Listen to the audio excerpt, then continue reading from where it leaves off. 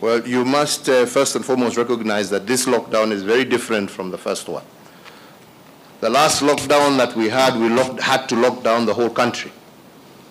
And that is why we had to take some of those measures, because we basically locked down the whole country and the whole economy. This time, luckily, some counties have done extremely well. And the rate of positivity was not the same across the whole country. So we were able to narrow it down and lock these. I think there were five counties. The rest are still functioning as per normal. And it is our hope that within that 30-day period, and hopefully even sooner, when we are able to bring that curve down, like I said, to below 5%, that we shall be able to resume. And that is why we have not locked down, like I said, we have not locked down the economy. We have locked down specific areas that have been mentioned by our health experts as being the areas of super spreaders. And that is public events. That is where people, more than 50 people gather. That is why bars have been closed. That is why churches have been closed. But the rest of the economy is still going on. We have not closed our markets. They are still operating, all within normal operation times. We have not closed down factories. In fact, factories are still operating on double shift. Yes, so we have a problem in the hospitality sector. We possibly also will have a problem in the entertainment sector. And we will look to see how we can work together to support some of these sectors. But that will have to be on an issue-by-issue basis, because it's not, you know, when you talk tax, you talk about the whole country.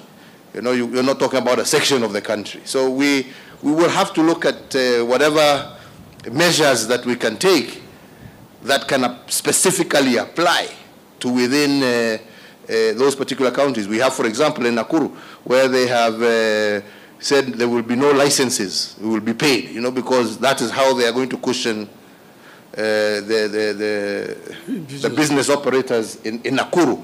We hope the other counties will also do similar interventions, so that the levies that people have been paying and so on and so forth, you know, are waived in those counties that are affected.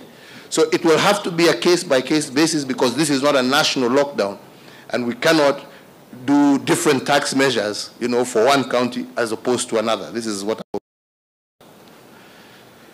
All right, thank you, Mr. President. My name is Gina Kiroi from NTV.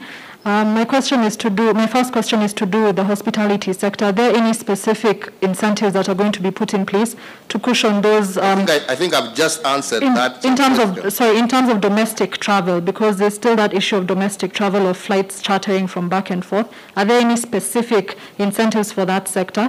And my second question is, with what happened with the third wave, political rallies were banned, but we saw double standards several times. What's going to be done differently now to ensure that when you say political gatherings are banned, they are banned and no one is going to go through with them?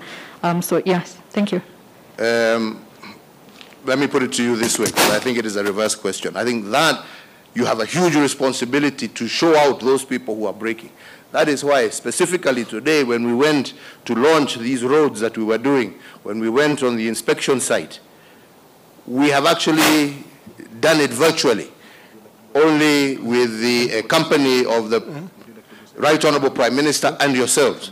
We didn't have to, we didn't call in the general public. We counted on you, and we thank you very much for being able to accompany us, so that other Kenyans are also able to see and to take note of what is happening.